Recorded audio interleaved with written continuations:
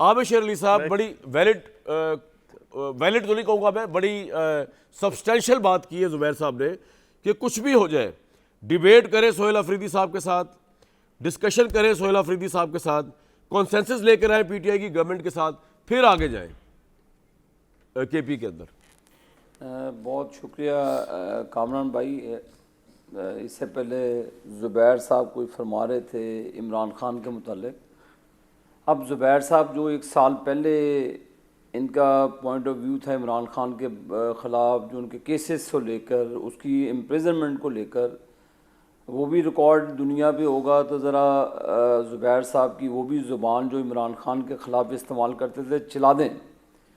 मैं उस ज़ुबैर पर एतबार करूं कि आज के ज़ुबैर पर एतबार करूं। इनकी हर अदा पर कुर्बान होने को दिल करता है कि जब आप पर एहसानात किए जाते हैं, आप खाना आपके हलक में नहीं उतरता था। मैं विटनेस उस मीटिंग्स पर जब आप मरीम नवाज शरीफ साहबा के पास बैठ के तरीफ़ों के पुल बांधा करते थे, और जो आप बाजवा साहब और फैज़ हमीद के ख़िलाफ़ कहते थे, वो भी मेरे रिकॉर्ड का हिस्सा है, मेरे ज़मीर का हिस्सा है। हमारी सियासत का ओढ़ना बिछोड़ना नवाज शरीफ था, है और इंशाल्लाह रहेगा। हमारा ज़मीर ये इजाज़त नहीं देता कि कल नवाज शरीफ को कंधों पर उठाएं, आज इमरान खान को उठा लें। आप ज़ुबैर साहब के वो खुदा के लिए वो कामरान भाई, आप अपने टीम को कहें, मैनेजमेंट को कहें कि वो 1 साल पहले के जब इमरान खान को पकड़ा था, उसके केसेस के बारे में ज़ुबैर साहब की क्या राय थी? आबिद भाई, मैं ये कर सकता था, लेकिन ज़ुबैर साहब भी भाई हैं, मैं ये कर नहीं सकता। वो मुझे जितना कुछ भी कहते जाए कोई मसला नहीं है। नहीं ज़ुबैर साहब से ताल्लुकात अपनी जगह रहे। ये आर्गुमेंट हो रहे हैं इस वक्त टीवी पे बैठ कर, दुनिया पाकिस्तान पूरा देख रहा है कि कौन किसका ज़मीर क्या कहता है। ज़ुबैर साहब की जो गुफ्तगू का मेयार था, मैंने अपनी आंखों से देखा हुआ है प्राइम मिनिस्टर हाउस में। मैंने अपनी इन गुनाहगार आंखों से वो मेयार देखा हुआ है। मैं इसलिए कहता हूँ कि बात उस हदूद में कहें कि जिसमें इज्जत का आपका जनादा ना निकले। खुदारा आप उस पे देखें कि आप क्या टीवी पे आप स्पोक्स पर्सन थे मरियम नवाज शरीफ साहबा के और नवाज शरीफ साहब के, आप उनके केसेस यार आप बोलना नहीं, ठीक है ज़ुबैर साहब आप रिस्पॉन्ड कीजिएगा। अच्छा आबिद भाई, मेरे सवाल के जवाब पे भी आ जाए। आप ना भी बैठे, मुझे कोई परवाह नहीं है। मैं तो आपको कॉल भी करना चाहता था, आप लोग कॉल भी नहीं लेते। नहीं बैठे जी, अच्छा चले। अच्छा आबिद भाई, अब मेरा सवाल का जवाब देता हूं। मेरे पास आपका मैसेज भी है।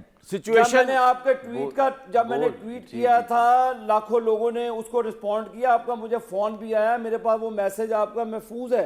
लेकिन मैं नहीं चलाता कि मैं आपके मैसेज चलाता हूँ। मैं ज़ुबैर साहब एक आपकी रग रग से वाकिफ हूँ। मुझे ना बताएं सर आगे चलते हैं।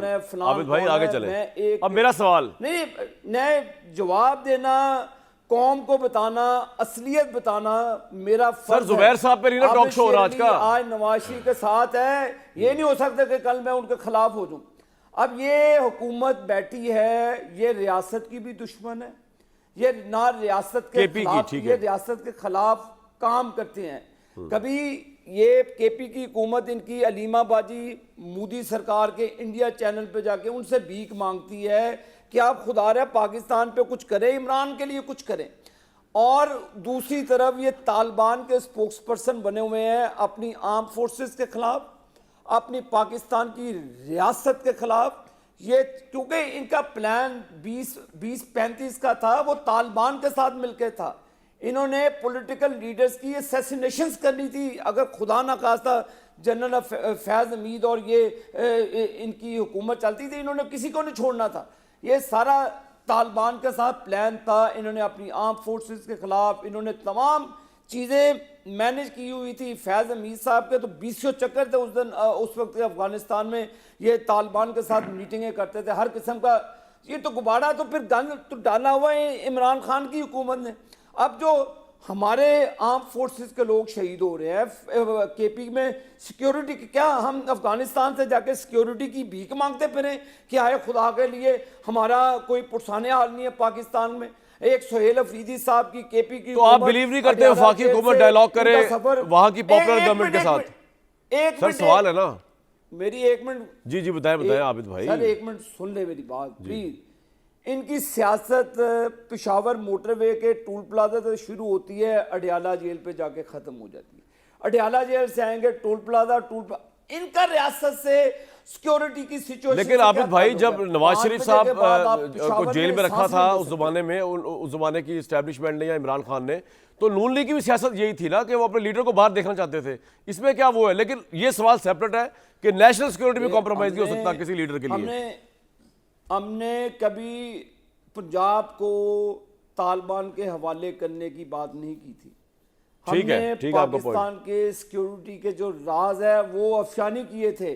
नवाज शरीफ को 2 मरतबा इन्होंने जिला वतन किया। नवाज शरीफ की वाइफ फौत होगी, नहीं वो उनको बिल्कुल सर आपका पॉइंट आ गया आबिद भाई। फौत हो जाती, बाप फौत हो जाता है, जनाजा नहीं पढ़। एक मिनट, जी, जी, लेकिन जी। उन्होंने पाकिस्तान की जो सिक्योरिटी है उसको कभी ब्रीच नहीं किया। ठीक है सर आपका पॉइंट आ गया। बैठ के कभी इंडियन चैनल्स पर आप अपनी आर्म फोर्सेस को उनकी तस्लील करते हैं, सर आपका पॉइंट आ गया, बिल्कुल आ गया। चाहे वो इंडिया को हो, आपके सोशल मीडिया, आपके यूट्यूबर, आपके वो जो 3-4 वो बिकाऊ सर यहाँ पीटीआई का कोई बंदा नहीं बैठा हुआ ना, ये डिटेल में हम बात फिर कर लेंगे। अब मैं जरा न्यायिक साहब को मिलना चाह रहा हूँ, और जुबैर भाई आपके पास चांस पूरा होगा रिस्पॉन्ड करने का ब्रेक से पहले।